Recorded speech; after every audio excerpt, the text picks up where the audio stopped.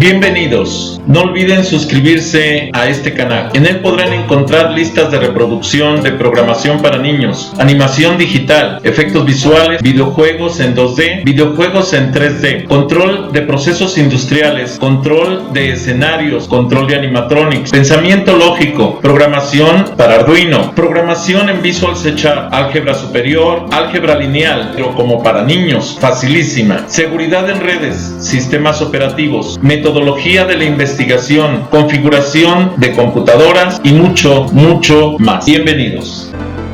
Teoría de la simulación y TDA para control de procesos y desarrollo de videojuegos.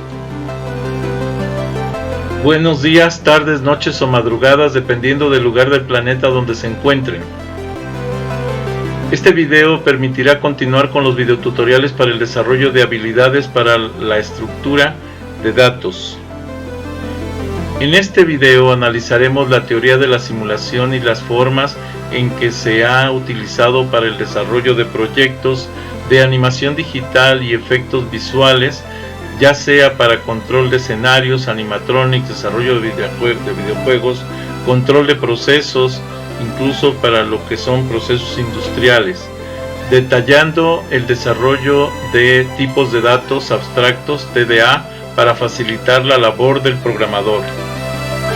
Recuerden que sigue en pie la campaña de reforestación y les informo con mucho agrado que ha tenido ya eco en varios sectores, logrando conjuntar esfuerzos con la reforestación del Centro Universitario Guaem Texcoco por parte de la carrera de Ingeniería en Computación, misma en la que doy clases, y por lo que agradezco el apoyo de los compañeros y alumnos.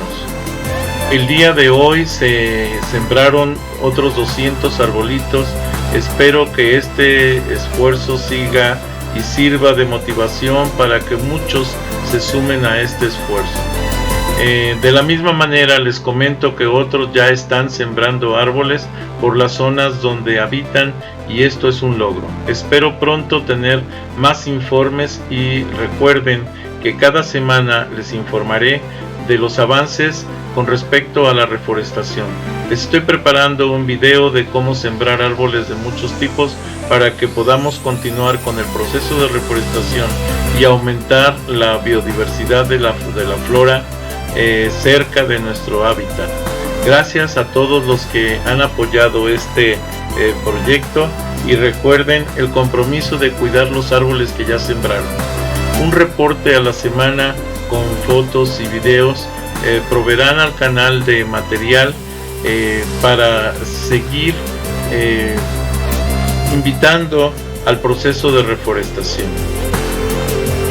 El video especial, atendiendo a la solicitud que me han hecho, en cuanto lleguemos a las 3000 horas de reproducción publicaré un video especial.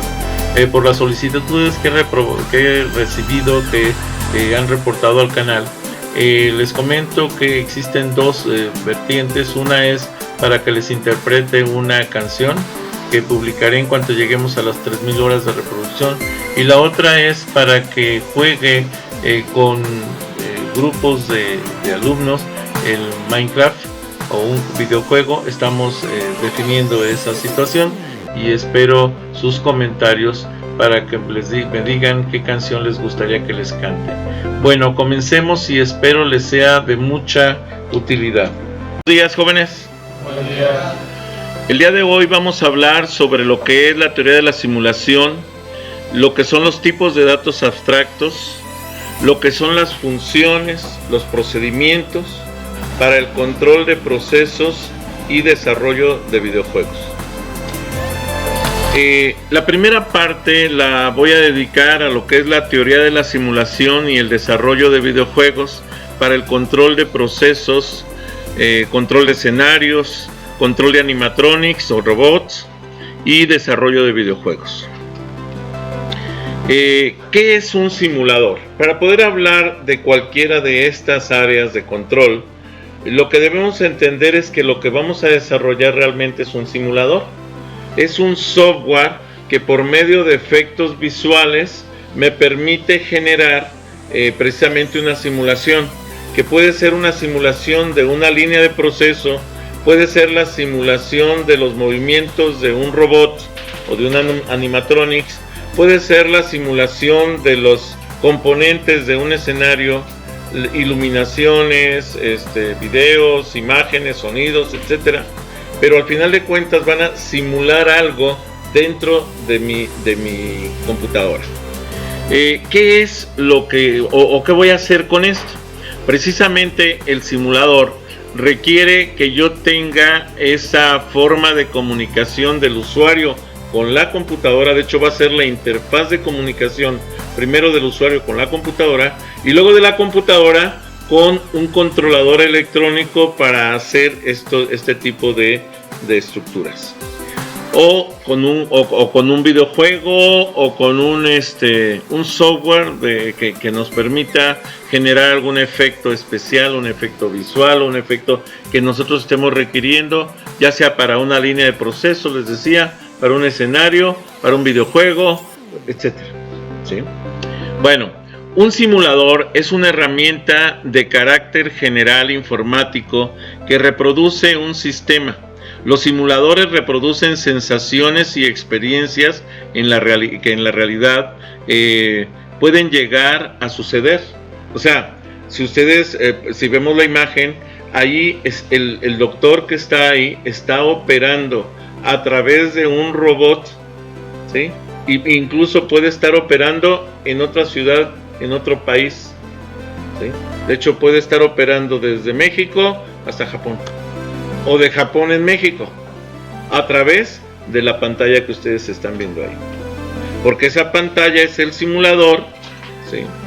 Los lentes que trae precisamente le ayudan a ver, a fijar las estructuras de simulación para el control de los movimientos que tiene que hacer, por ejemplo, con un bisturí láser, o con suturas, etcétera.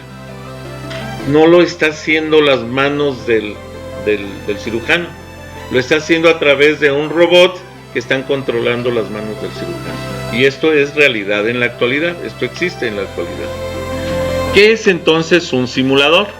Un simulador pretende reproducir tanto las sensaciones físicas, velocidad, aceleración, percepción del entorno, como el comportamiento de los equipos de la máquina que se pretende simular. Para simular las sensaciones físicas se utilizan complejos mecanismos comandados por potentes ordenadores que mediante modelos matemáticos consiguen reproducir sensaciones de velocidad y de aceleración. Esto es, se requiere equipos de cómputo que tengan una potencia muy grande y que puedan llevar a cabo procesos rápidamente. ¿Cuál es el problema actual de la simulación?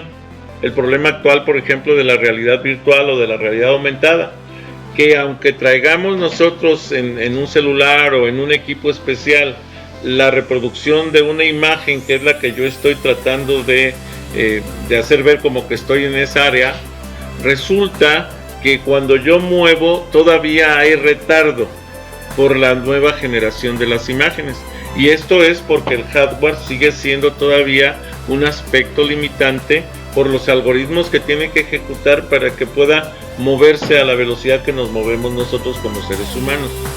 Entonces eso es un retardo que todavía tenemos. Se está buscando y se está trabajando sobre ese esquema. La simulación se presenta como una herramienta idónea para ensayar, conocer el funcionamiento de determinados sistemas o anticiparse a problemas. Estos sistemas de simulación facilitan conocer qué tipo de respuestas se pueden ofrecer ante determinadas situaciones sin ningún tipo de riesgo físico ni para los humanos ni para las máquinas. Esto es, por ejemplo, nosotros hacemos modelos de simulación en software dentro de una computadora para verificar qué efecto tiene alguna situación.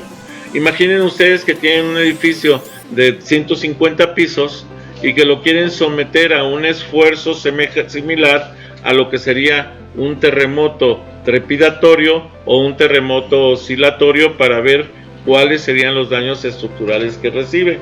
Entonces eso lo que hacemos es generar un modelo del edificio en software, en imágenes, pero dándole a cada uno de los componentes de ese edificio las características de peso, de estructura, de dureza, de resistencia de los materiales, y después le aplicamos las fuerzas correspondientes, los vectores de fuerza correspondientes a los terremotos, trepidatorio, oscilatorio o impactos o algo así, para verificar cuál es el efecto sobre esa estructura.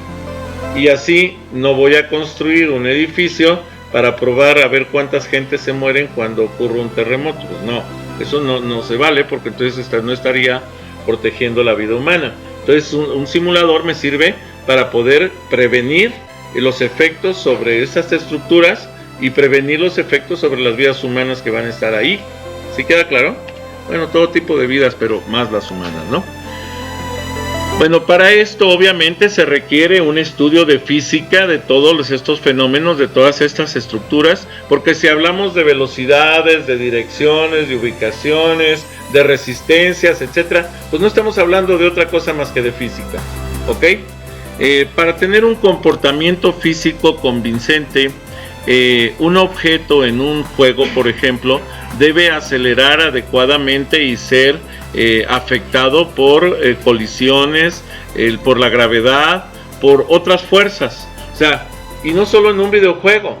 Por ejemplo, si ustedes están programando una banda transportadora o el movimiento de un relé en el escenario para generar un efecto visual, pues obviamente tenemos que cuidar que esos movimientos sean a la velocidad, con la inercia adecuados, para que generen esa forma de realismo en un efecto visual, por ejemplo, un efecto especial, o para que me genere esa simulación dentro de una banda transportadora y me diga si está funcionando correctamente, si la velocidad es correcta, hasta dónde puedo aumentar los límites de velocidad para la banda o reducirlo para que pueda llevarse a cabo. Y entonces todos estos son análisis que me permiten llevar a cabo un control de un proceso, sea visual, sea físico, de una manera adecuada, apropiada y con una llegada a término y al objetivo que sea exitosa, que puede llegar a ser exitosa.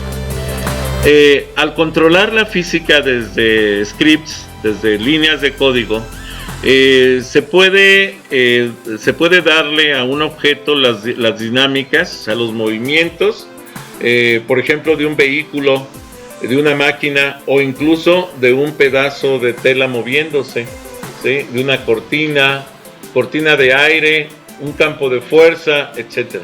¿Sí queda claro? Entonces estas son estructuras que podemos simular. Bueno, algunas de las aplicaciones en la simulación, por ejemplo, los servicios de emergencia. Imagínense en una ciudad tan caótica como lo que es el distrito, bueno, la Ciudad de México ahora, ¿sí? Que no tengamos un modelo de simulación para lo que es el traslado de ambulancias y que no podamos hacer un análisis de urbanización en donde que digamos que va a haber una terminal de ambulancias en la zona A, otra en la B, otra en la C, otra en la D, porque requerimos que a lo mejor ese traslado de las ambulancias no les lleve más allá de, pónganle ustedes, 10 minutos. En la actualidad ese tipo de cosas muchas veces no se hace ese estudio y de pronto tenemos lugares en donde la ambulancia tarda en llegar a ese lugar 1 hora, hora y media. Pues si hay algún herido, ya cuando llegó esa ambulancia, pues ya se llamaba, ¿no? ¿Sí queda claro? Ese es el problema. Entonces, los servicios de emergencia es uno de los campos donde el training o la prueba de movimientos, de capacitación, de estructuras, de formas de operación de personal mediante realidad virtual puede ser efectivo. De hecho, ayudaría a que fuera efectivo el servicio de emergencias, ayudando a crear sistemas más eficientes con respuestas inmediatas y trabajadores mucho más diestros, mucho más capacitados al momento de responder una situación crítica. No solo los simuladores tienen que ver con traslados y demás, también con el hecho de tener en computadoras personas que simulan, o más bien personajes que simulan enfermedades o accidentes y que le dicen paramédico cómo debe actuar ante esas circunstancias. Y es una forma de capacitación la simulación. ¿Ok? En la educación, bueno, ni se diga, ¿no? La posibilidad de la realidad virtual en el ámbito de la educación son infinitas y traen muchas ventajas a los alumnos de todas las edades, ¿sí? Ya se está usando, por ejemplo, en ámbitos universitarios con fines prácticos y para generar experiencias como el diseñar modelos de arquitecturas, ingenierías o ver algunos sistemas del cuerpo humano en medicina. Y yo les aumento. Ver, por ejemplo, la estructura de escenarios en forma virtual, ver la estructura de líneas de proceso en forma virtual, para que podamos hacer una planificación del desarrollo, por ejemplo, de una línea de proceso, o de un escenario, o de los componentes del escenario, o de la forma en que van a interactuar esos personajes con el escenario. ¿Cuáles son los personajes? Pues las representaciones de los seres humanos que van a estar en esas áreas, en esas zonas virtuales, que en realidad no son seres humanos, son avatares, son lo que llamamos personajes que representan al ser humano dentro de estas estructuras, para poder ver si lo que está programado, configurado, funciona o no funciona, o si hay que hacer alguna modificación. Vamos en turismo y museografía. Bueno, sabemos que existen incluso en la actualidad visitas a museos en realidad virtual, en 3D incluso, que podemos estar, vamos a decir, haciendo un recorrido dentro de algún museo para poder generar esa experiencia casi como si lo estuviéramos viviendo físicamente. En la actualidad, decíamos, existe gran cantidad de aplicaciones para poder realizar recorridos virtuales por cualquier parte del mundo y aprovechar esta tecnología para acercar a los clientes con los distintos productos turísticos, además de potenciar su experiencia. Uno de los esquemas que nosotros podemos utilizar directamente, por ejemplo, y sin necesidad de nada de esto, es el Street View de Google, en donde me permite ver a nivel calle ir recorriendo por la calle, llevando trayectos y verificar incluso qué casas tengo a un lado, a otro, y si busco un domicilio, ver cómo es la fachada de la casa, etcétera. Eso es una realidad virtual, o sea, en realidad es una realidad formada por imágenes que se depositaron en una base de datos y que estoy consultando. Es parte de esto, es como un recorrido a un museo. De hecho, nosotros podemos ir y verificar incluso el color de la puerta, etcétera, ¿no? De un lugar. Ahora, con respecto al ocio y el entretenimiento, en el campo del ocio y el entretenimiento, donde las aplicaciones de realidad virtual están más desarrolladas, gracias principalmente a la industria de los videojuegos. Precisamente la realidad virtual se aplica ya muchísimo en lo que son los videojuegos, de tal manera que en un momento dado me pueden hacer tener la sensación de que estoy dentro de un videojuego y como si yo fuera el avatar que está en el videojuego, ¿sí? Eso existe ya en la actualidad, no es ciencia ficción, ya es realidad. Los videojuegos han dado un salto cualitativo y yo dijera cuantitativo gracias a dispositivos VR de realidad virtual, como por ejemplo Samsung Gear VR, Oculus VR, PlayStation VR, HTC Vive, entre otros. Hay muchísimos ya software que nos permiten me permiten ver esa imagen y me hacen sentir como que estoy dentro del propio videojuego. ¿Ok? Son experiencias que pueden ser experiencias, vividas. Uno de los detalles importantes dentro de la simulación y dentro de todo este esquema es precisamente el efecto Mandela, que consiste en que los cambios son un fallo en el programa, como si se hubiera actualizado el sistema y quienes vivimos el efecto Mandela no hayamos recibido la actualización, o como si al estarse actualizando hubo algún fallo y el proceso se quedó activo, haciendo que convivieran dos versiones o más distintas mismo sistema operativo o del mismo tiempo. Esto lo voy a explicar de la siguiente manera. Por ejemplo, aquí nosotros, este monito de Monopoly, precisamente de un videojuego tradicional, resulta que hay quien lo pinta con el monóculo. ¿Se dan cuenta? La realidad es que el monito original no tiene monóculo. ¿Quién se lo puso? ¿Quién sabe? Simplemente de pronto la gente lo vio y se lo imaginó con el monóculo. Sí. Y eso es un efecto Mandela, porque está realmente haciendo o pensando cosas que no existen. Otro detalle bastante fuerte que pueden ver es precisamente la estatura, por ejemplo, de Arturito y de, ¿cómo se llama este Tripio? Y fíjense bien que aquí tenemos, ojo, la pierna derecha de este robot humanoide no es dorada como el resto, es plateadita. Y todo el mundo lo ve dorada. ¿Y por qué lo ve dorada? Porque como todo el robot es dorado, piensan que todo es dorado y que esa fue una falla de la grabación. No, es que en realidad tiene ese pedazo de pierna de la rodilla para abajo, la tiene de color plateado. Y todo el resto es dorado. Pero eso es el efecto Mandela. Explicando un poquito más ese efecto Mandela, imaginen ustedes lo siguiente. Imaginen que están en una sala de cine viendo una película y de pronto en la película al protagonista principal sacan una pistola y le disparan al pecho 4, 5, 6 veces.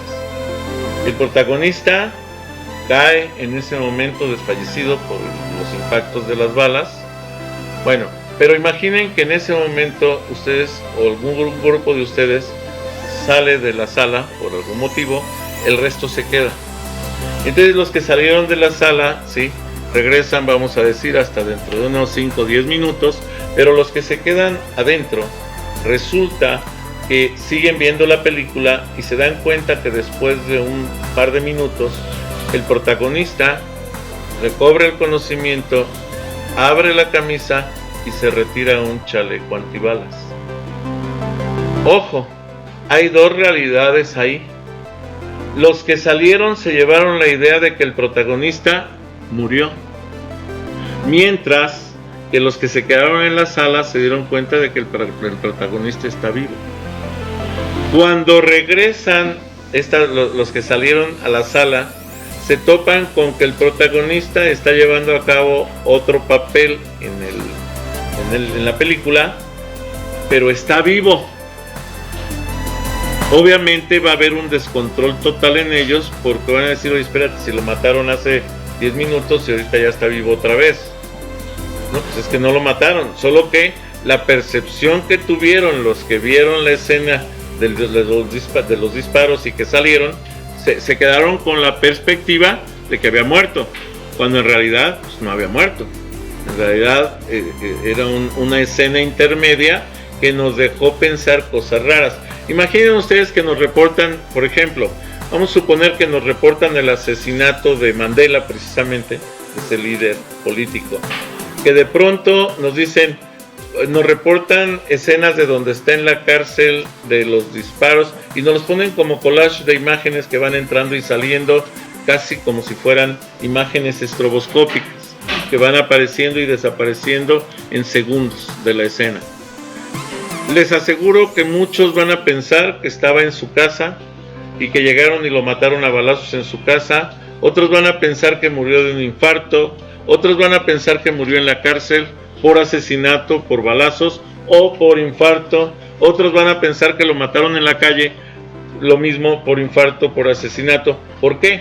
Porque como tuvo escenas mezcladas de todo tipo y no llevaban un orden específico, ese efecto es generado por lo que nosotros tenemos en nuestro cerebro y cada quien va a interpretar toda esa información, todo ese conjunto de informaciones, ¿sí?, de una manera diferente. Lo que sabemos es que murió y que apareció al último en un féretro, pero de pronto no sabemos o nos imaginamos diferentes formas de muerte para el personaje. ¿Sí queda claro? Esto es precisamente el efecto Mandela, que nosotros podemos tener varias realidades al mismo tiempo. ¿Está claro? El universo se va creando conforme es observado.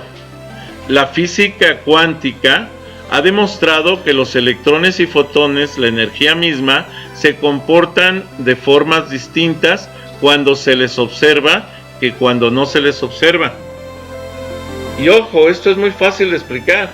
No es que los electrones o los protones cambien de comportamiento. Siempre han tenido el mismo comportamiento. Solo que cuando los observamos nos damos cuenta que actúan de una manera diferente. Y cuando no los observamos no sabemos ni cómo actúan. Y nos imaginamos que actúan de otra manera. Pero en realidad siempre van a tener ese comportamiento, pero no los estábamos observando y por tanto no sabemos realmente qué estaba pasando con ellos. ¿Sí queda claro? Es un efecto, que en la física cuántica se presenta de esa manera. Esto se relaciona con el principio de incertidumbre, ya que había expuesto así como con el experimento del gato de Schrödinger, que nos dicen que todas las posibilidades coexisten al mismo tiempo. Esto es, cuando tenemos efectos de movimiento tan rápido como puede ser un fotón, que es un movimiento a velocidad luz, un electrón, movimiento a velocidad luz, pero por medio de electricidad o ondas analógicas electromagnéticas que corresponden precisamente a velocidad luz, cercanas a los 300.000 kilómetros por segundo, podemos nosotros imaginar o ver que yo pienso que una partícula está en el punto A cuando realmente está en el punto B, y son tan cortas las distancias y tan rápidos los movimientos que puede estar en A y B, aparentemente. Realmente no está en los dos puntos, pero yo lo veo como si estuviera en los dos puntos. ¿Sí queda claro? Muy bien. Ahora, para entender mejor, es como cuando en un videojuego solo se muestra al jugador la parte del mundo virtual en la que está, el escenario o el nivel que está jugando. Y me voy más allá. Imagínense ustedes una planta productiva. ¿Cuántas líneas de proceso tiene? Un montón. Sí, muchas líneas de proceso. Pero ojo, también puedo entender que de todas esas líneas de proceso, probablemente yo tenga un simulador de una. Y la que voy a estar observando en esa línea de proceso, en esa producción, ¿sí?, es esa. O si yo tengo un escenario que mide, 50 metros, y yo voy a ver la acción entre dos protagonistas, un protagonista y un antagonista en un momento dado, pues tengo que fijar la vista hacia donde está esa escena del protagonista y el antagonista, mostrando solo una parte de la realidad, no el total. Se ve nada más un pedacito de la escenografía, ¿sí queda claro? Y lo mismo ocurre en una empresa. Cuando yo voy a ver un detalle, por ejemplo, ¿qué pasa si yo tengo los tanques de limpieza en sitio? Pues a lo mejor voy a tener un tanque de ácido, un tanque de sosa y un tanque de desinfectante, que puede ser un halogenuro o puede ser ozono, etc. Y entonces resulta que esos tres tanques los puedo observar en un momento dado cuando se está inyectando ácido a las líneas, después cuando se está inyectando hidróxido a las líneas, para ese shock de pH mate las bacterias y diluya las partes que quedan, los residuos que quedan en las líneas, para su remoción dentro de las líneas, y después aplicar en la línea de proceso un desinfectante, como puede ser un agua sobrecargada de ozono, para que sea un desinfectante, un bactericida natural. ¿Me explico? Entonces todo ese tipo de cosas, o puede ser una solución de hipoclorito, hiperclorato, clorato, etcétera. O sea que no es otra cosa más que soluciones de cloro en agua para hacer la limpieza o la desinfección de las zonas de producción.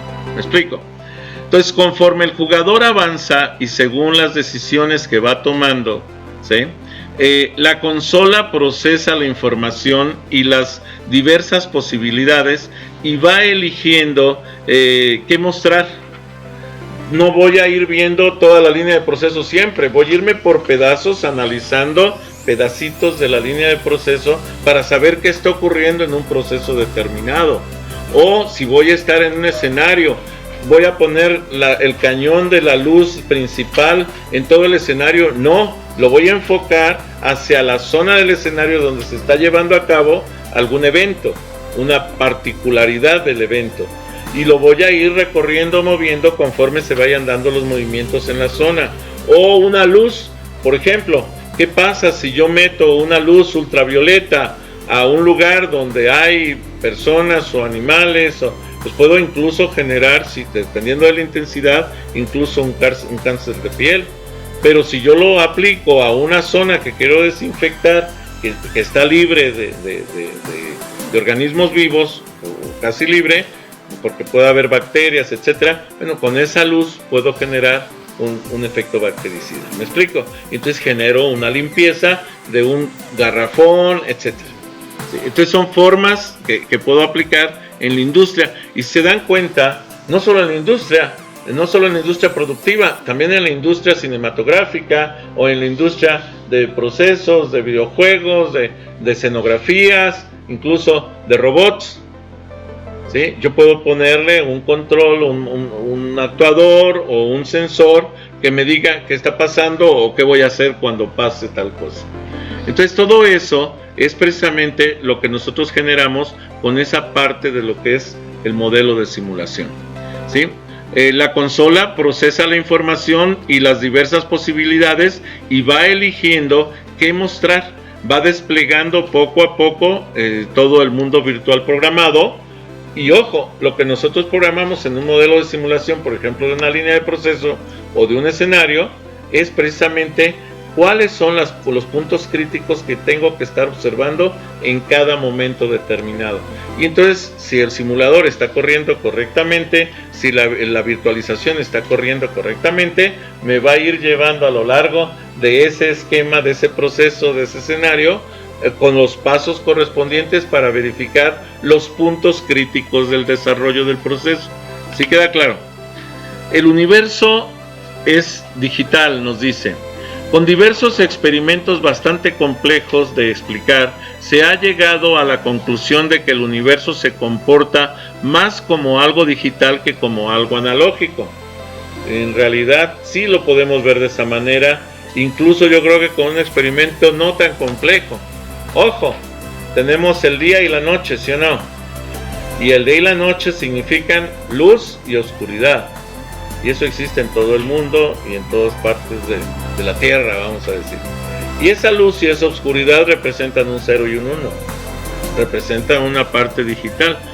Obviamente pueden decirme, sí, pero cuando empieza a amanecer, a lo mejor no es totalmente 1, a lo mejor es un 0.5, etc.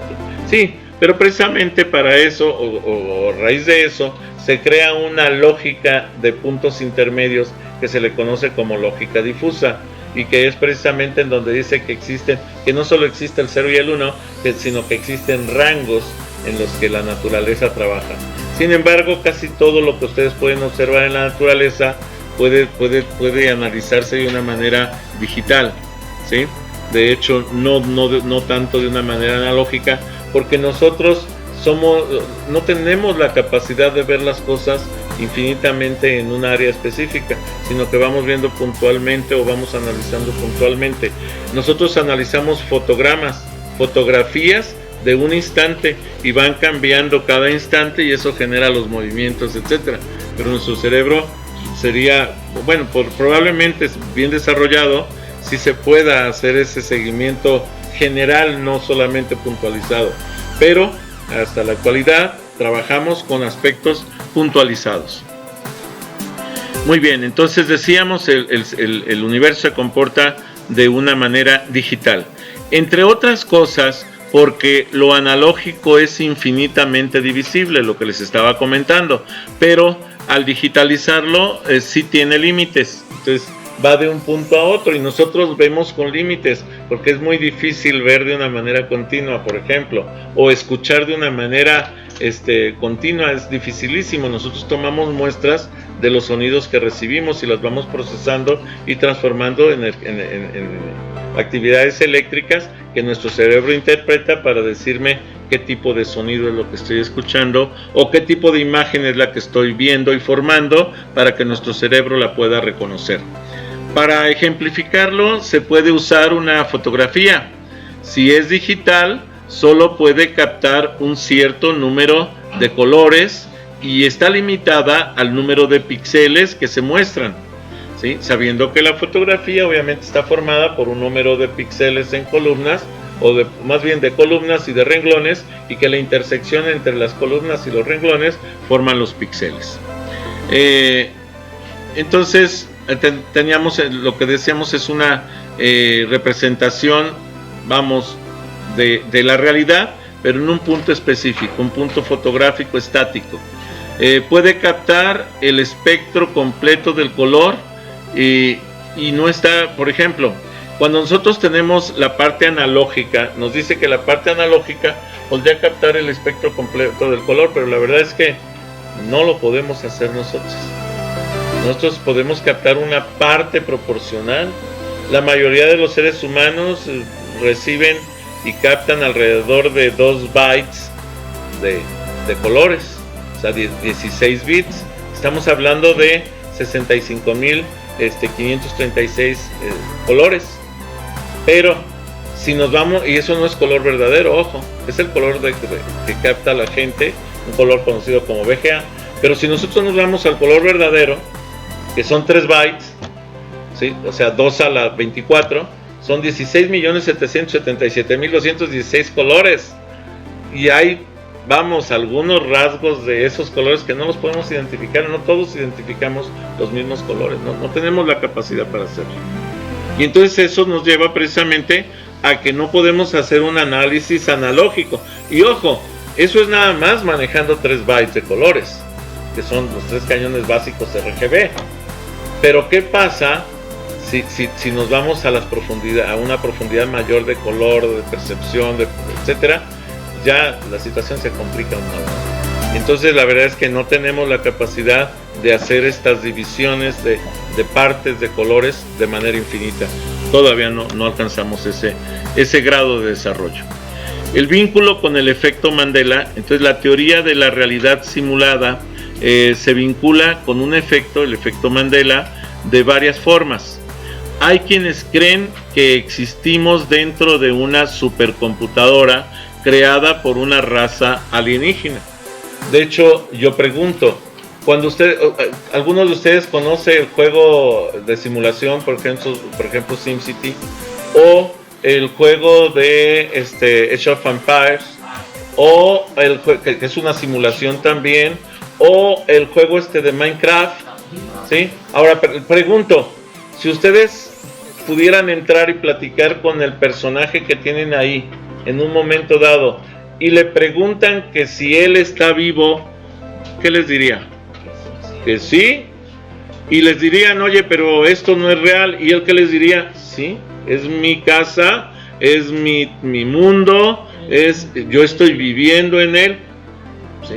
O sea, nosotros seríamos los alienígenas que creamos a esos humanos del Minecraft, que no son humanos probablemente porque tienen incluso otra conformación distinta. Pero, ojo, ¿cómo sabemos que nosotros no somos parte de una simulación de un aspecto mucho más superior?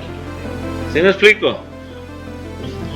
Probablemente pudiera explicarse de esa manera, y es precisamente de lo que nos habla este rollo, ¿no? Dice, hay quienes creen que existimos dentro de una supercomputadora creada por una raza alienígena y que nos están observando. Ejemplo, ¿qué pasa si esa supercomputadora, si esa raza alienígena se llama Dios? Estaríamos hablando de que, ¿no dicen que Dios creó al hombre? Pues entonces Dios creó al videojuego que se llama humanidad. Y la tierra y todo. Sabemos que está muy sacado de onda y cosas así, pero en realidad explica muchas de las cosas que ocurren, ¿sí? Por ahí había quien decía que existía toda una teoría en la cual explicaba que el ser humano no es otra cosa más que un montón de líneas de programación que expresan su comportamiento, su forma de ser, su personalidad, etcétera. Y entonces estamos hablando de que una raza alienígena llegó a formar al hombre, y esa raza alienígena nosotros le llamamos Dios. ¿Sí me explico? Son detalles, son estructuras, son teorías que se manejan dentro de esta situación. Depende de cada quien la interpretación que pueda darle a esta estructura, pero por lo pronto para nosotros estamos en un mundo real, ¿sí? Y este mundo real nos lleva a tener la vida que nosotros consideramos vida, y que decimos que es un cierto soplo de existencia que tiene una duración específica y que no puede ir más allá, sin saber cuántas realidades alternas pudieran existir. Hay quienes piensan que es la misma raza humana muchos años en el futuro que alcanzó la tecnología suficiente para simular todo el universo y estudiar posibles variables, quizás, del por qué se destruyó el mundo en el futuro o algo así. Y bueno, también por ejemplo ahí podemos hablar de la película Interestelar, en donde nos habla precisamente de esta estructura, en donde el propio ser humano del futuro regresa a auxiliar el ser humano del pasado. Y bueno, son formas, son estructuras del pensamiento que nos llevan a esos modelos de simulación. ¿Sí queda claro? Muy bien. La teoría de la simulación también se dice que puede haber varias simulaciones corriendo, ¿sí? Al mismo tiempo, lo que podría corresponder a universos paralelos, en donde decíamos que pudieran existir dos mundos muy similares al mundo en que vivimos, pero en diferentes zonas del universo, y que pueden estar teniendo, que son modelos de simulación que pueden estar estudiados por otra estructura mucho más superior, y que puede estar estudiando cuáles son los comportamientos con ciertas variables que se van incorporando al sistema. Y esto es precisamente lo que hacemos en todos. Por ejemplo, si nosotros queremos innovar una línea de proceso, generamos una línea de proceso e incorporamos una variable, modificamos la variable para que el resultado final del proceso sea distinto. ¿Sí queda claro? Y estas son las estructuras que tenemos que ver y que cuidar. Y que los creadores de dichas simulaciones podrían variar la velocidad a la que corre cada una para observarlas y experimentar mejor, y que eso nos estaría provocando la sensación de que el tiempo corre cada vez más rápido. Bueno, son diferentes creencias de diferentes autores. Por ejemplo, la frase de Phil K. Dick, que estamos viviendo en una realidad existente en un programa de computadora, y la única pista que tenemos de esto es cuando alguna variable cambia y ocurre alguna alteración de nuestra realidad. Tenemos la abrumadora sensación de que estamos viviendo nuevamente el presente, y a eso se le llama déjà vu. Si exactamente como fue retomado por el ahora o por las ahora hermanas Wachowski en Matrix. Si ustedes recuerdan la película Matrix, es una explicación muy acertada de lo que sería un modelo de simulación, ¿sí? De hecho, Matrix es un modelo de simulación en el que incorpora a la humanidad como parte de ese modelo, ¿cierto? De hecho, es un programa, ¿no? Conclusiones: la teoría de la simulación, programas informáticos, videojuegos, hologramas o sueños en sí.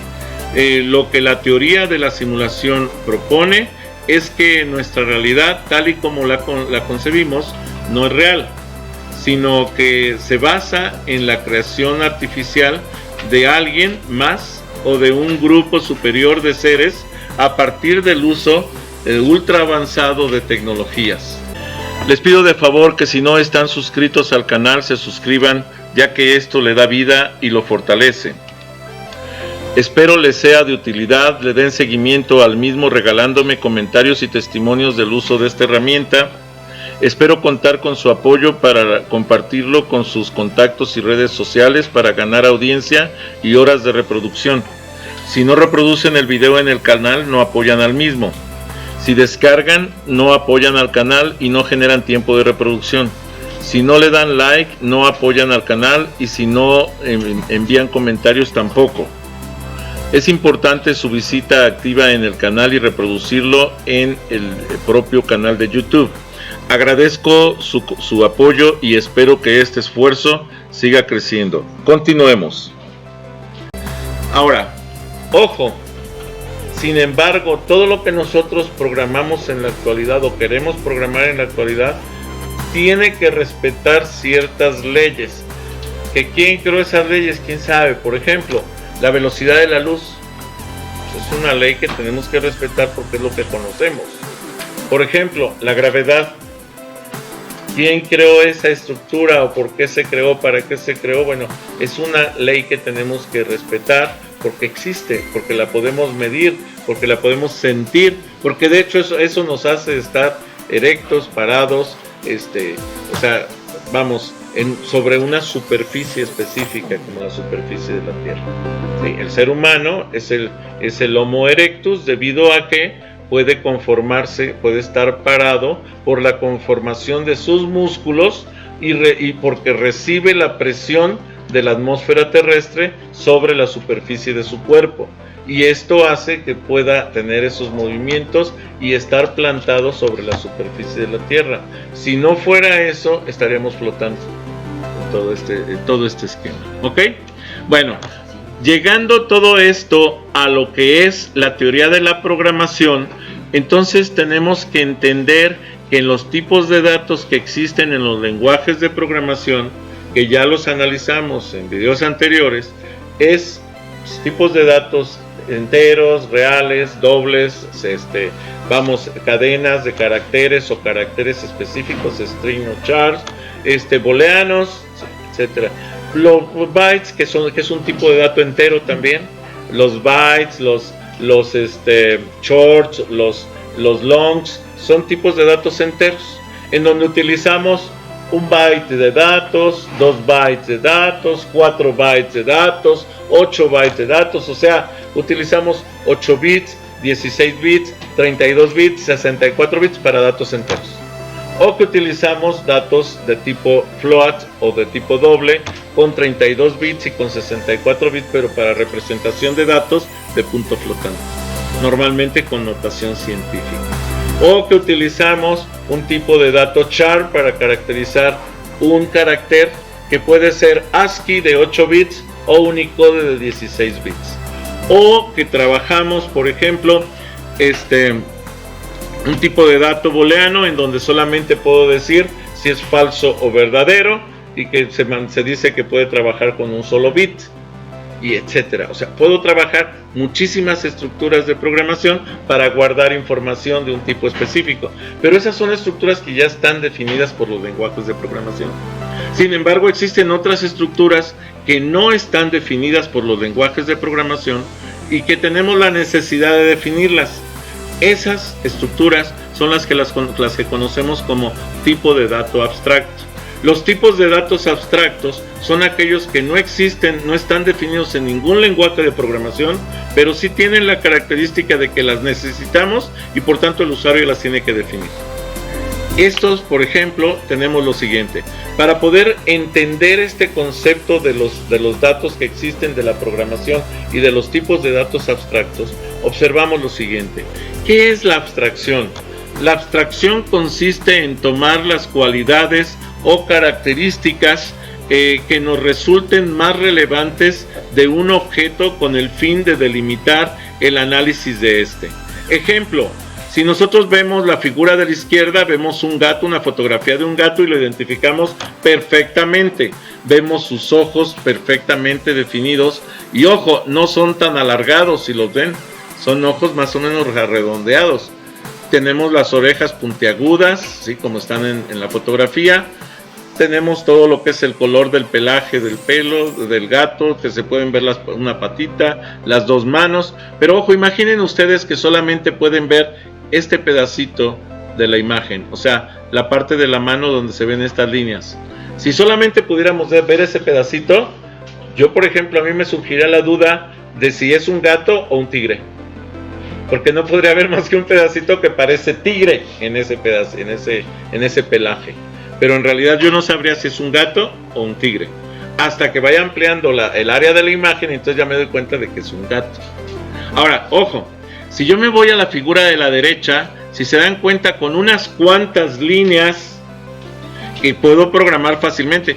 Para hacer esto, la programación sería muy compleja, pero hacer esto, la programación no es tan compleja, es más o menos simple.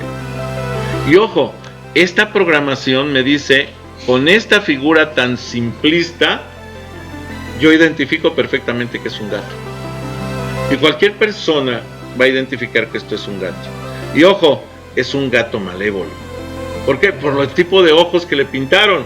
Pero eso es porque así nos vendieron la idea en las diferentes caricaturas que han salido en la televisión, en donde ponen los ojos rasgados, los ponen incluso con sombreros orientales, y los ponen esos gatos, ¿sí? Los ponen como si fueran los malvados de la película. Y entonces cargamos esa ideología de que ese tipo de gatos son malos. Pero en realidad pues no tiene nada que ver realmente con el animal, ¿no? O sea, es lo que nos han vendido como idea. ¿Sí queda claro? Muy bien.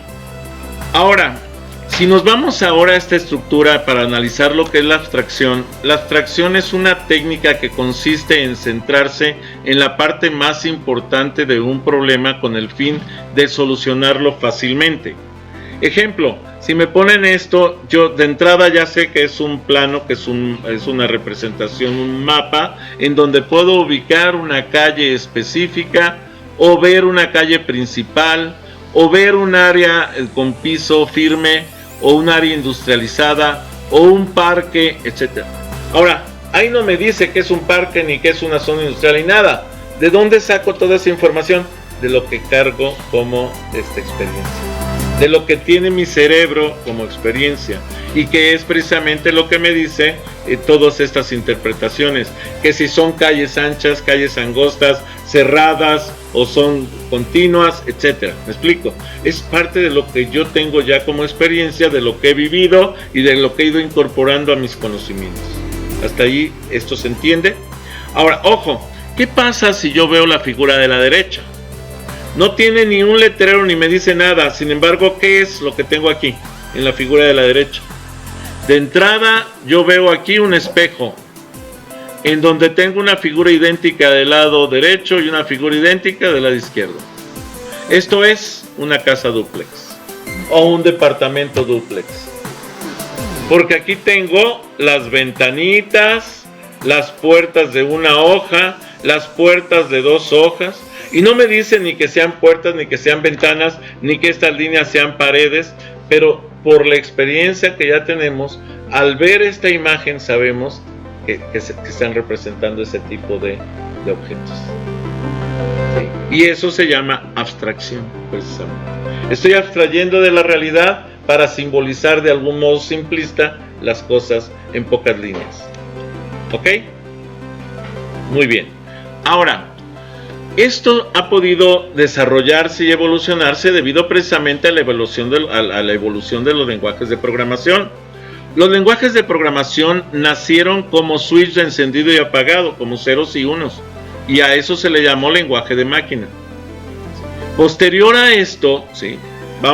Se desarrolla, bueno, y esto fue por ahí de finales de 1800 y principios de 1900, en donde se empieza a desarrollar los switches de encendido y apagado para la automatización de procesos, y ahí empieza a desarrollar los lenguajes de programación.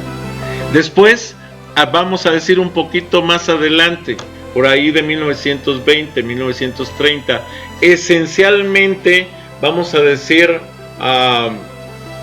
catalizado por las guerras mundiales, 1930, se desarrolla precisamente el esquema de lo que son los lenguajes ensambladores, para poder hacer más cosas con menos código, con menos ceros y unos. Y entonces se crean palabras con características específicas como esta, que dice mueve de la memoria F4 a la memoria C2. ¿Y esto qué es? Bueno, es un mnemotécnico nemónico que pertenece a un lenguaje ensamblador, y que le dice F4 que corresponde a código hexadecimal de una localización de memoria, y entonces dice mueve lo que tenga la memoria F4 y pásalo a la memoria F2. Y es un mnemotécnico que si yo lo escribiera con ceros y unos tendría que escribir un montón de ceros y unos para hacer lo mismo, y aquí con una palabrita hago todo. ¿Me explico? Luego viene ya un lenguaje más cercano al lenguaje humano y dice, mira, el lenguaje de alto nivel se escribe muy cercano al lenguaje humano y se escribe como lo siguiente: entero, int, x. Entonces estoy declarando una variable x de tipo entero y la estoy inicializando, la estoy arrancando con el valor 77. Le estoy asignando el valor 77. Los lenguajes de programación han aumentado su abstracción conforme han evolucionado. Ahora, abstracción de datos y tipos de datos abstractos. Pregunto, ¿qué es lo que ven aquí? Es un círculo, ok. ¿Qué color ves el círculo, compañero? ¿Verde? ¿Allá se ve verde? Ah, bueno, es que acá es amarillo, ¿eh? Acá se ve amarillo, allá se ve verde. Okay. Lo comento porque como está la grabación, cuando digan ustedes verde, pues los demás van a decir, oye, no, se ve amarillo. Sí, bueno, pero es que en el proyector se ve verde. Hago esa aclaración. Bueno, en realidad yo veo dos círculos. Yo veo un círculo negro grandot, más grande que el otro, atrás, y luego veo un círculo amarillo o verde encima, puesto sobre el negro. ¿Sí lo ven así? ¿Sí? ¿Ya lo vieron? Pues tampoco, porque ahora ya lo que vi es un contorno negro del círculo amarillo y no veo dos círculos. Se dan cuenta que la interpretación puede cambiar de acuerdo a la forma que quiero darle la interpretación o la lógica a lo que estoy viendo. Y las dos interpretaciones son perfectamente válidas, porque ese contorno, esa orilla que ven, puede ser un contorno o puede ser un círculo completo que está por detrás. ¿Sí se explica esto? Ahora, fíjense bien. El proceso de entender lo que es un círculo me lleva a lo que es la abstracción de datos. Y entonces resulta que un TDA, que es tipo de dato abstracto, lo voy a utilizar para crear un nuevo tipo de dato llamado clase círculo. ¿Por qué? Porque este es el tipo de dato que me interesa ahorita. ¿Y para qué me va a servir? Primero necesito saber el tamaño del círculo. ¿Y de qué depende directamente el tamaño del círculo? Del radio, ¿correcto? Dependiendo del tamaño del radio, pues es el tamaño del círculo. ¿Estamos de acuerdo? Bueno, entonces aquí me dice que estoy creando un private, que es una estructura privada de tipo doble, o sea, real, de tipo que se llama radio. Y luego dice public círculo doble R, ¿sí? Y aquí dice radio igual a R. Y entonces le estoy dando el tamaño del radio. ¿Para qué? Para que entonces yo pueda hacer que calcular el área. Y entonces aquí tenemos, ojo, return. Ahorita analizamos qué es eso. Pero dice, ¿cómo se calcula el área? Bueno, entonces aquí tenemos el área, ¿sí o no? ¿Sí? ¿Sí se dieron cuenta? ¿Sí? ¿Ok? Pues no. Ojo. Y eso es precisamente el error de percepción que tuvieron. Ahí dice radio por pi al cuadrado, no pi por radio al cuadrado, por tanto no es el área. Pero como estamos jugando con su mente, diciéndoles las cosas al revés, ustedes creyeron que era lo correcto. Pero no es el área. Eso es radio por pi al cuadrado y eso no es el área. El área se calcula como pi por radio al cuadrado.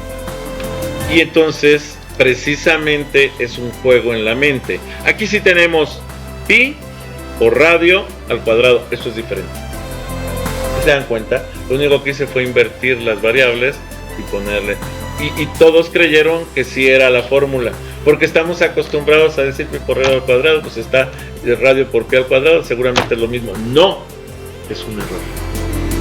¿Sí? Y es un error de semántica. Es un error de significado. ¿Por qué? Porque no tiene error de sintaxis. Está escrito perfectamente. Si yo lo escribo así, la computadora sí me lo calcula. Solo que no me va a regresar el área del círculo. Me va a regresar otra cosa, pero no el área del círculo. Y eso se llama error de semántica. Es un error de significado. Sin embargo, aquí ya quité el error de significado. De hecho, uno de los errores más graves que podemos encontrarnos o toparnos en un sistema de cómputo precisamente es el error de semántica, porque ese no lo detecta la computadora. La computadora te detecta los errores de sintaxis, pero no los errores de semántica. ¿Sí queda claro? Bueno, entonces la abstracción de datos es crear un tipo de interfaz de implementación de datos que no existen en el lenguaje de programación. El nuevo tipo de dato creado por el programador es un tipo de dato abstracto TDA. ¿Ok? Muy bien. Ahora, ojo, estoy creando una clase círculo, private doble radio, pero ojo, es una clase, no es un objeto. El usuario solo puede trabajar con objetos, no con clases. Entonces, si yo creo esta clase que tiene lo que es la declaración del radio, le estoy proporcionando el tamaño del radio, y que tiene el cálculo del área, esa es una clase, es un modelo, pero no lo puedo usar si no lo convierto en un objeto. No se puede usar. Muy bien, ahora, ¿qué es entonces una interfaz? Si se tiene la clase círculo y se desea utilizar para calcular el área del círculo, es necesario crear un objeto con las características de la clase para que por el objeto y a través de la clase se pueda calcular el área del círculo. La interfaz, ¿sí?, son las funciones que sirven para manipular los datos del TDA. Vamos a ver entonces cómo se genera esto de la interfaz. Ojo, aquí tenemos el TDA, o sea, el tipo de dato abstracto, que es el que calcula, es el que recibe el dato y calcula el tamaño del círculo. Pero la interfaz es el programa con el que el usuario se comunica con la computadora y con el TDA precisamente. Entonces, vamos a entender este concepto. Public Static Void Main es el programa principal, ¿de acuerdo? Luego dice círculo. ¿Qué es el círculo? Es el TDA. Círculo, espacio, C. Le estoy diciendo, crea un objeto de tipo círculo. Se va a llamar C. Como una nueva instancia del círculo. Y con un tamaño de radio 3.5. ¿Lo ven? Y después, ¿qué hago? Creo una nueva variable, porque ojo, no me guarda este dato en ningún lado, me lo regresa a la interfaz que lo llamó, pero yo tengo que guardarlo aquí en algún lugar para podérselo mostrar al usuario. Entonces le pongo doble área igual a c.calcula área para que haga el cálculo del área, ¿sí?, en la clase C, en el objeto de la clase círculo, el objeto C de la clase círculo, y entonces me lo guarda en la variable área. Esto que están viendo aquí es la estructura de una función, no es un procedimiento, porque no guarda esta información en una variable, sino que la devuelve al sistema que lo llamó, y eso es una función, no es un procedimiento. Y entonces después me dice system out print line área. Esta estructura de programación, ¿para qué lenguaje me sirve? ¿Me sirve para Java? Sí. ¿Me sirve para C? Sí. ¿Me sirve para C++? Sí. ¿Me sirve para C# también? Solo cambian algunos detalles de lo que es la sintaxis del código, pero la lógica me sirve para todos. ¿Sí queda claro? Seguimos. La implementación, dice, la implementación es el código de la función con el que manipulamos el TDA. Exactamente lo mismo, tenemos el TDA, tenemos la llamada, ya aquí se ve más claro sin las tantas líneas, y entonces esto es lo que hace funcionar esto. Entonces el programa, la interfaz de usuario, es el que tiene que hacer funcionar los TDAs o los tipos de datos o procesos o funciones que hayamos programado. ¿Ok? Bueno, entonces Por la abstracción, el usuario solo utiliza interfaces sin preocuparse por la programación. ¿Ok? Entonces, ojo, para el usuario tiene un nivel de abstracción distinto al programador. El programador sí le interesa ver qué líneas de código meter para ver cómo lo hace funcionar, etc. El usuario dice, mira, si yo le doy, le doy únicamente este tamaño de círculo, automáticamente me calcula el área. Oye, pero ¿qué cálculos hace acá? No sé. ¿No te interesa? No, me interesa el resultado. Porque es una caja negra esa clase para el usuario. Eso está encapsulado. Para él no le importa lo que hay adentro. Sabe que si mete un dato numérico, que es el tamaño del el radio del círculo, le va a arrojar el área del círculo. ¿Sí queda claro? Bueno, entonces, ¿qué otro aspecto podemos cuidar en la programación? La modularidad. ¿Qué es esto? Es dividir el programa en unidades lógicas funcionales que permiten llevar a cabo el cálculo de procesos independientes y que llevan al desarrollo de programas completos.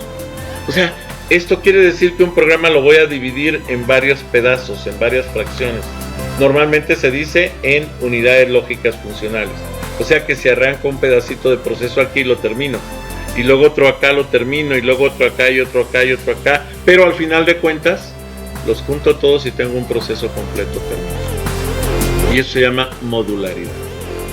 ¿Ok? Bueno, quiere decir que el proceso de modularidad me permite tener una clase círculo y me permite tener una clase usar círculo o el usuario del círculo, etcétera. Y entonces son módulos, son pedazos funcionales que los puedo llamar o utilizar desde cualquier parte. ¿Cuáles son las ventajas de utilizar TDAs? Pues que ayuda al planteamiento del problema, de problemas en la vida real. O sea, me ayuda a aislar un concepto de la vida real complejo y meterlo a un esquema sencillo, como el gato que vimos, que en lugar de poner toda la imagen del gato, simplemente pongo unas líneas que parecen gato y ya está el gato. Y ya te estoy diciendo, ese es un gato, ¿sí?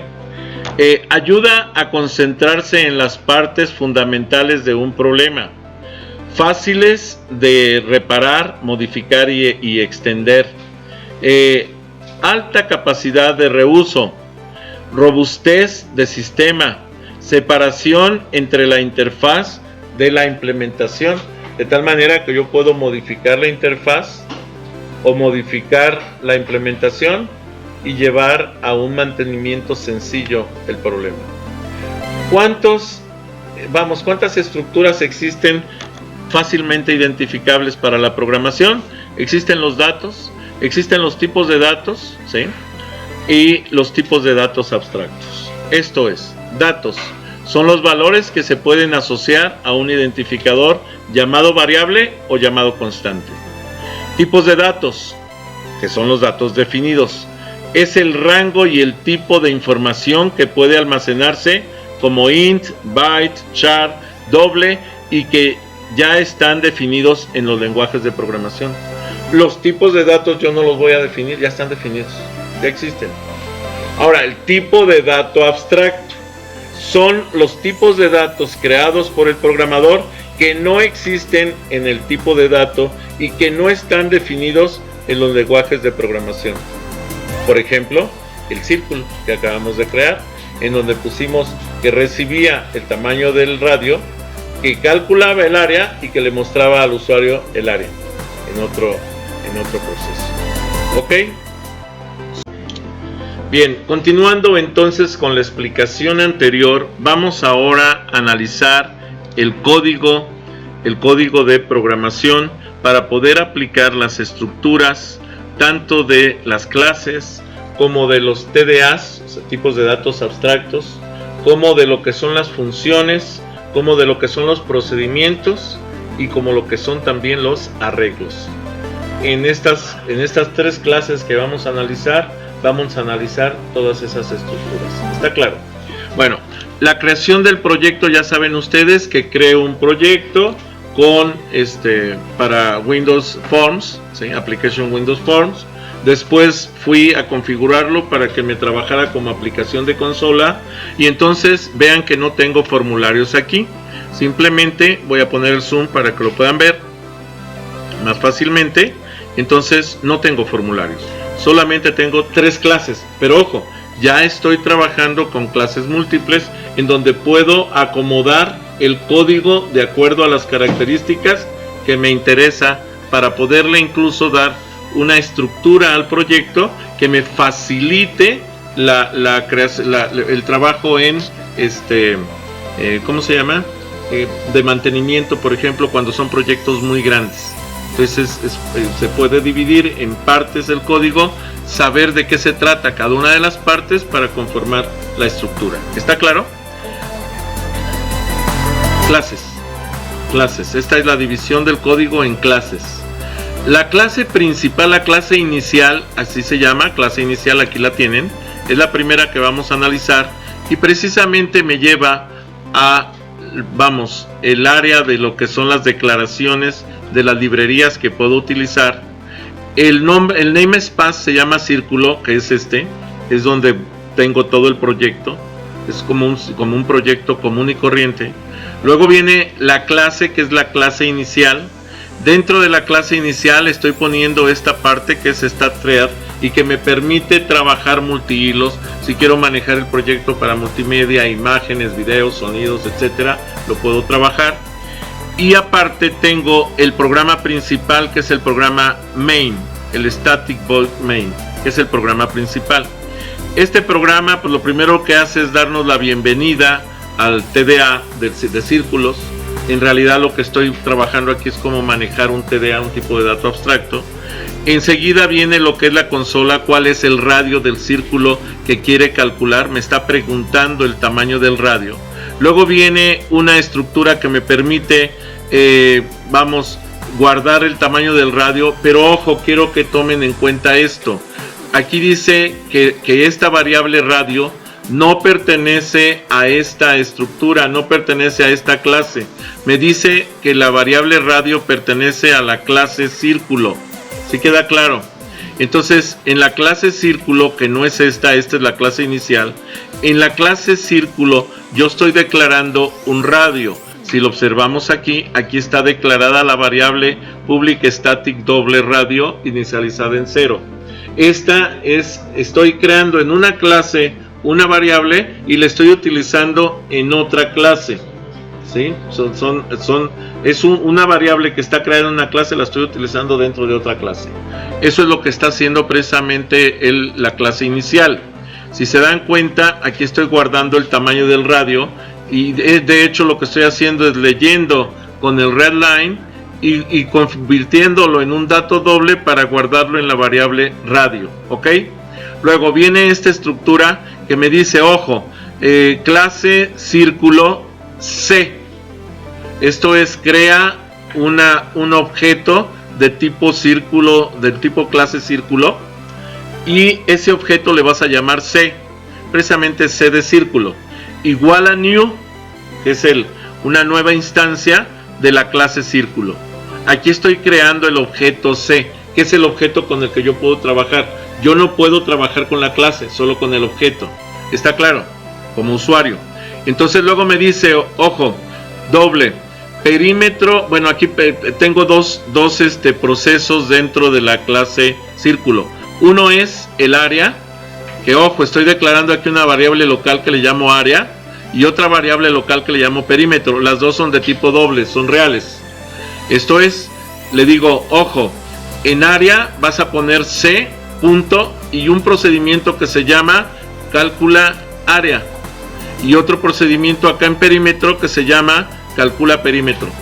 Esto quiere decir que estos procedimientos tienen que estar en la clase círculo, o sea, aquí. En la clase círculo, si se dan cuenta, tengo las bibliotecas que estoy trabajando, pertenecen también al namespace círculo, que aquí lo tenemos, aquí está, y dentro del círculo están estas 3 clases, la clase arreglo, la clase círculo y la clase inicial.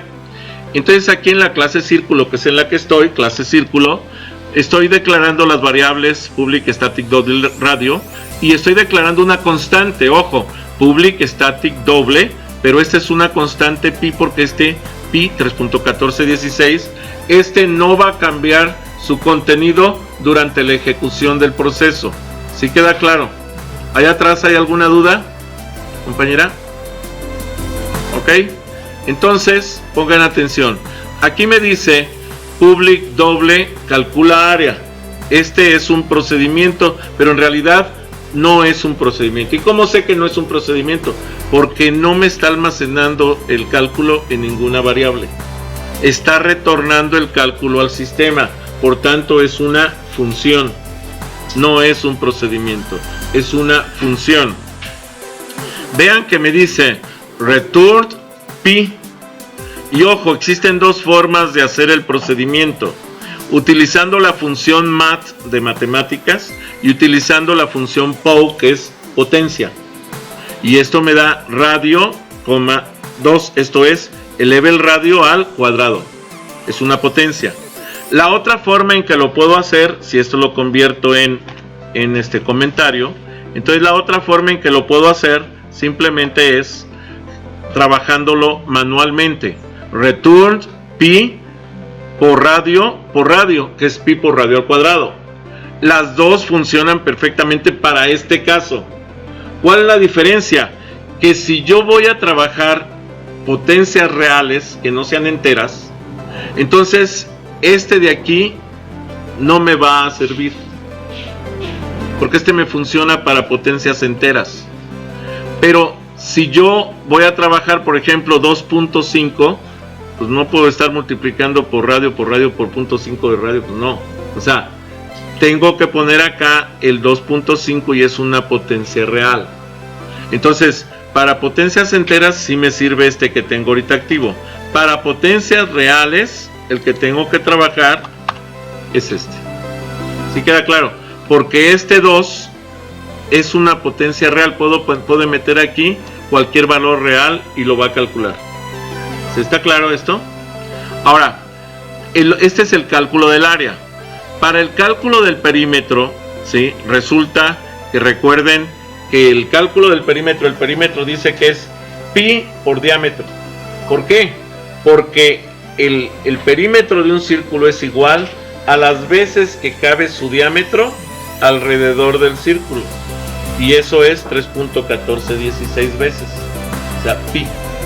Pi veces el diámetro. Pero como no tengo el diámetro, pero sí tengo el radio, sabemos que el diámetro es igual a 2 veces el radio. Pues entonces multiplico 2 veces el radio y entonces lo multiplico por pi y ya tengo automáticamente el pi por diámetro. Sí.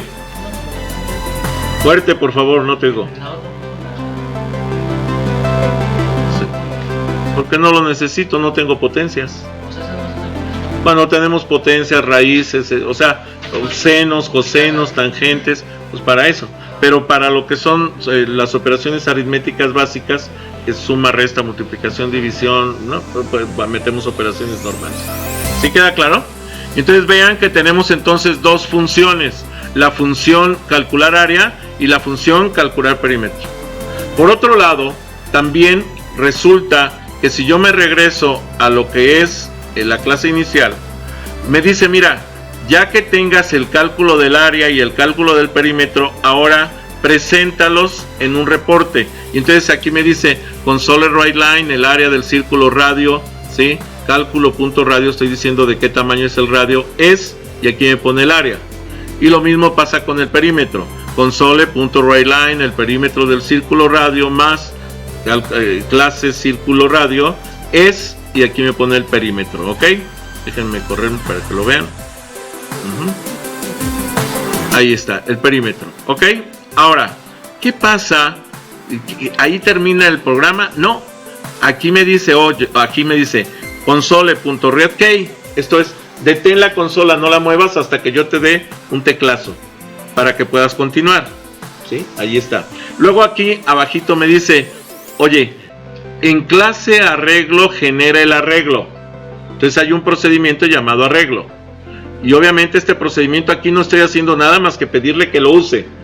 Entonces me voy a ir a la clase arreglo. Y en la clase arreglo resulta que lo que tengo es el using, o sea, las librerías pertenecen al namespace círculo. Es una clase arreglo específica.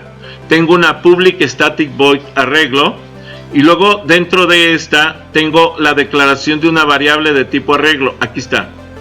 Esto es una variable de tipo entero, pero con varias posiciones, y la estoy declarando con el nombre A. Esto es igual new int 10. Esto significa que tiene 10 posiciones.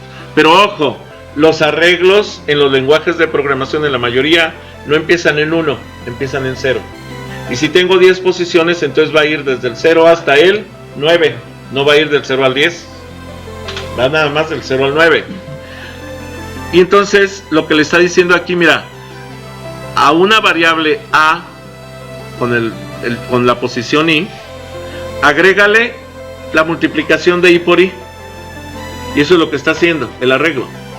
Y después tengo otra estructura cíclica, que es otro for, desde igual con 0 hasta I de A.legend.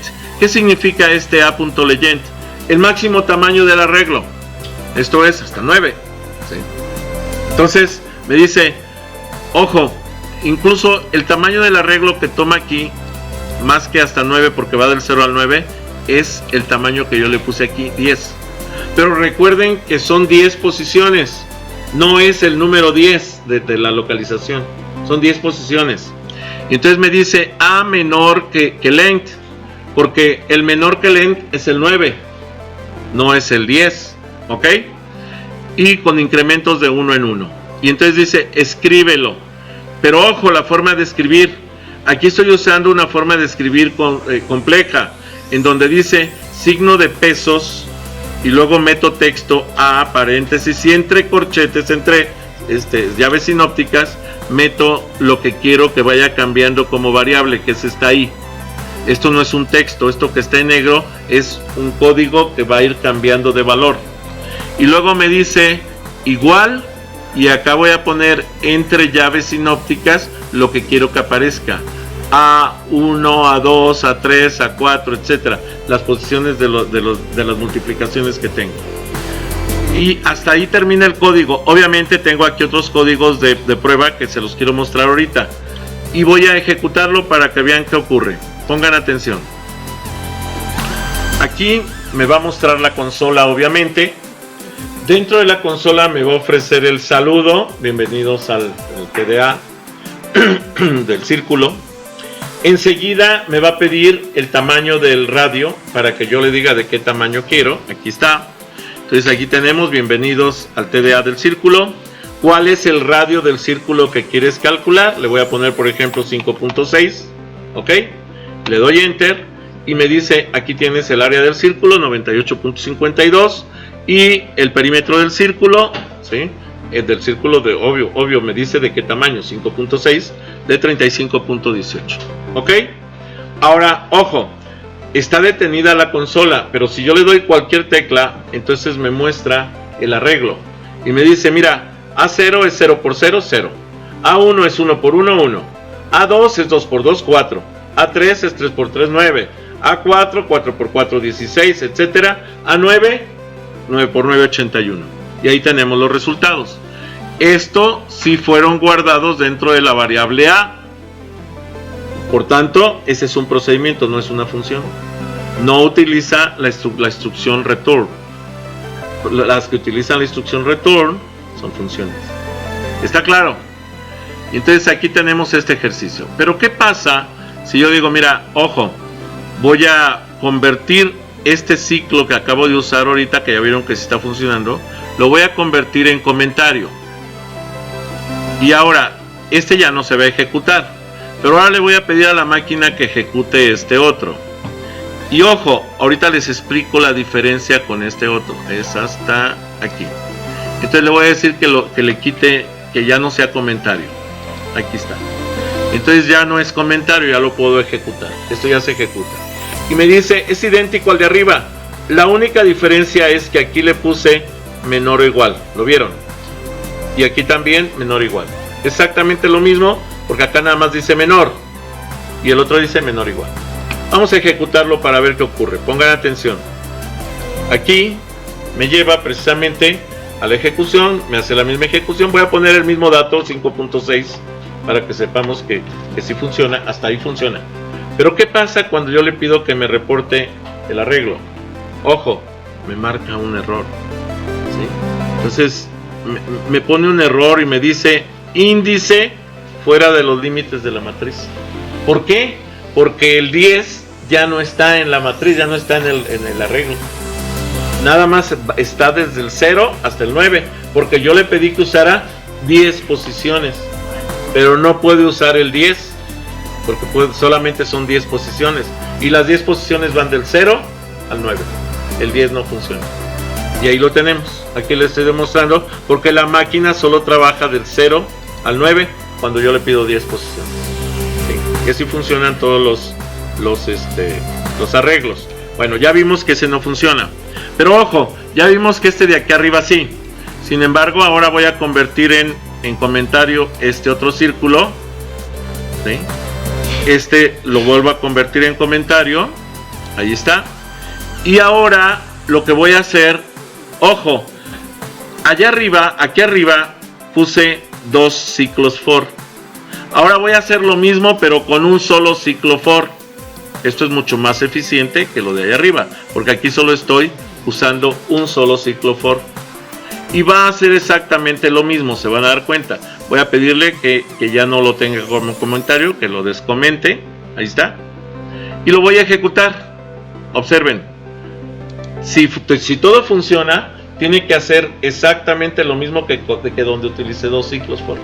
Solo que va a ser un solo ciclo for, porque en un solo ciclo estoy generando el contenido de ese rango de datos y su impresión. Observemos 5.6 para que no crean que le cambio, es el mismo.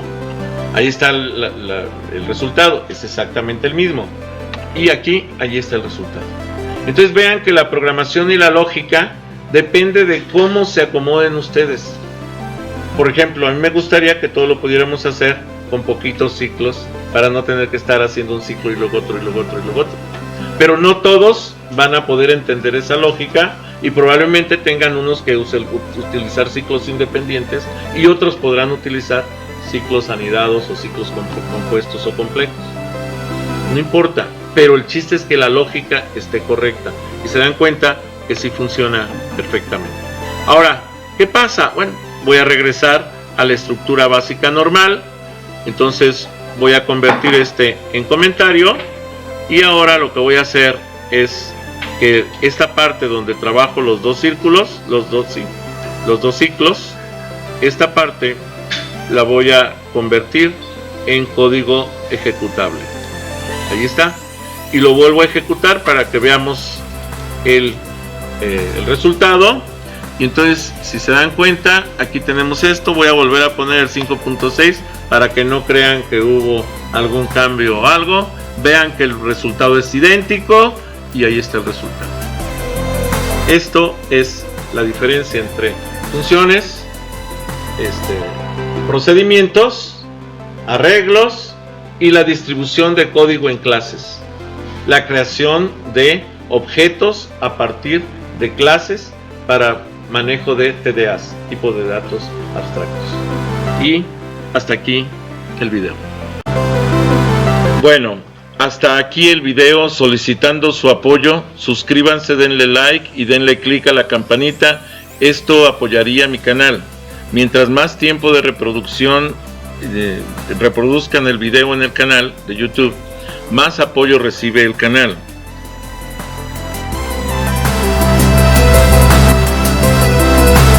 Reproduzcan en YouTube los videos y no los descarguen para apoyar el canal. Les recuerdo que sus comentarios son muy importantes y sus likes también. Denle click a la campanita para que les avise cuando suba más videos. Agradezco el apoyo para fortalecer el canal y espero que este esfuerzo siga creciendo. Si ustedes me hacen el favor de invitar a sus contactos, seguramente el canal crecerá en suscripción y en tiempo de reproducción, parámetros necesarios para sostener el canal. Por último y no menos importante, ya hay varios profesores que están utilizando mi material para apoyar sus clases. Les mando un saludo especial y les agradezco su apoyo, porque mientras más personas conozcan mi canal y les sea de utilidad los materiales que en él les publico, más audiencia tendrá el mismo. De nuevo, gracias por compartir mi canal con sus alumnos y colegas. Saludos a todos.